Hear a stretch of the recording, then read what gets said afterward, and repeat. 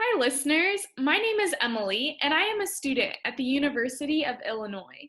Today, I will be chatting with Jean Drosco and the famous Paul Stoddard about goal setting.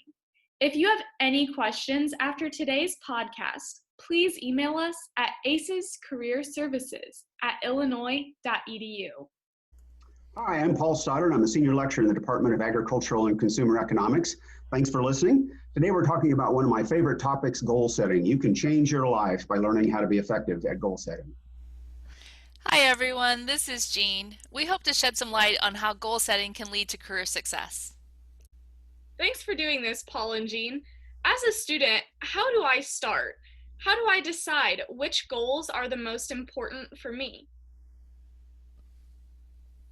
Well, I think one way to approach this is to divide your life into different categories. So if I was talking to a student, for example, I might say to think about goals for the academic part of their life, goals for the physical part of their life. Perhaps they want to exercise more or eat less, for example.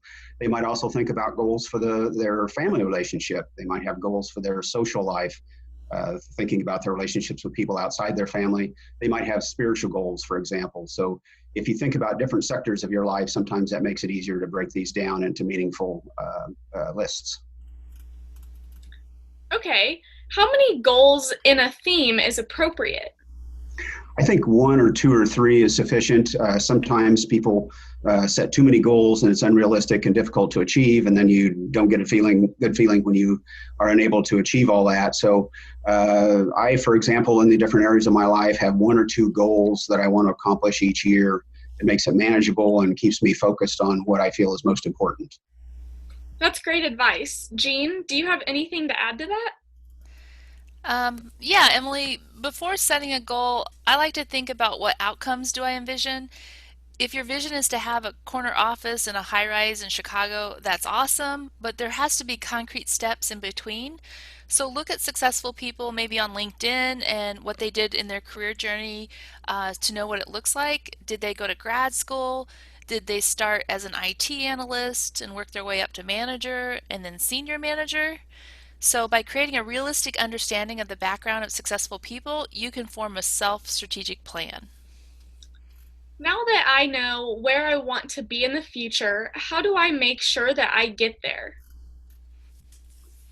I suggest checking in with yourself on a regular basis to see if you're keeping up to date with your goals. And if you do this on a regular, maybe make a calendar note, maybe once a month, kind of revisit those goals, take a look, see if you're accomplishing the small steps that are a necessary part of the large steps.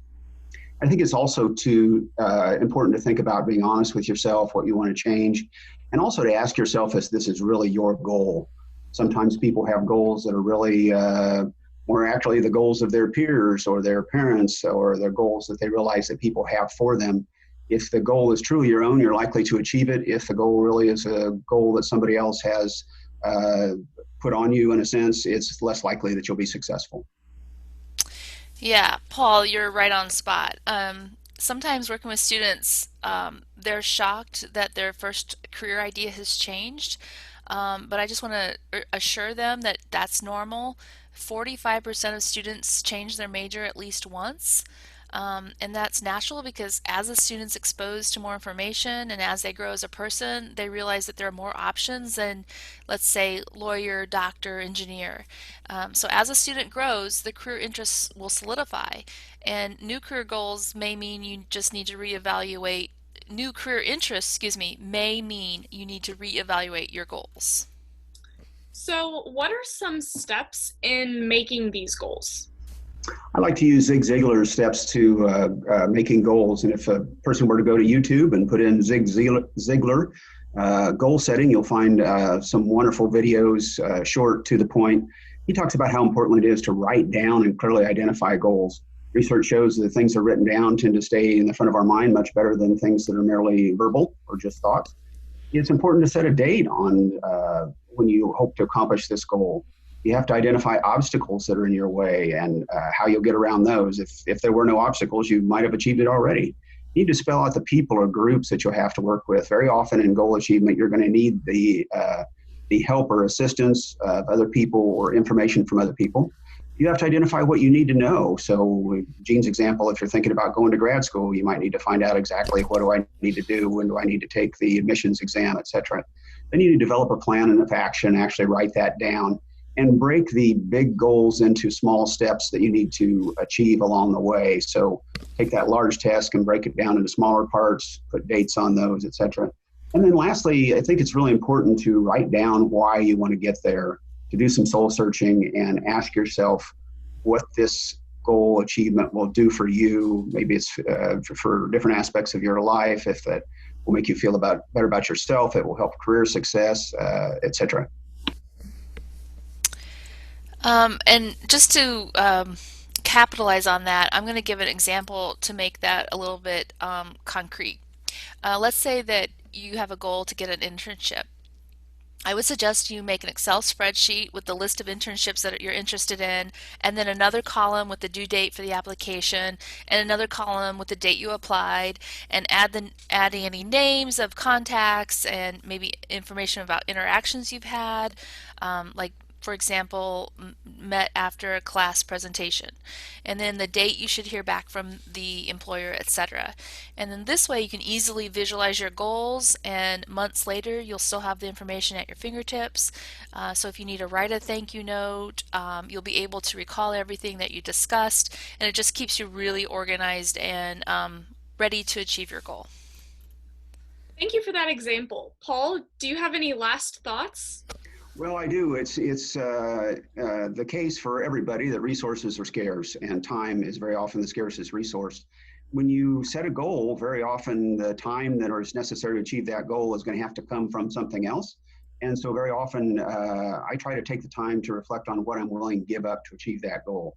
So if I was to tell you that I'm going to spend 3 more hours a week at the gym, that necessarily means I'm going to spend 3 less hours doing something else. I need to give a specific thought to what I'm willing to stop doing for 3 hours a week in order to have those 3 hours available for the gym. My last comment is that just keep in mind that goals are dynamic, and don't be afraid to adjust your goals. That is not being a failure to adjust your goals. Not trying is failing.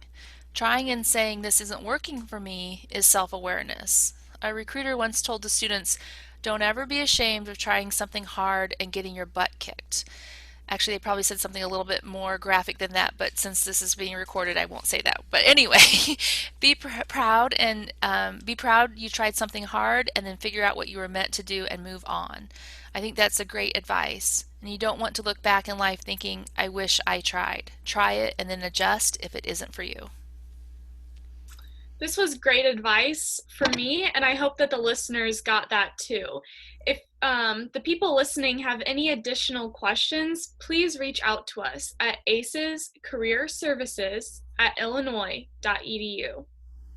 Thanks for listening, everybody. If you have any questions about goal setting, please feel free to email me at pstoddrd@illinois.edu, and note that you would leave the A out of my last name. When in doubt, be sure to ask. Bye, and remember that you're an Illini and you've got skills.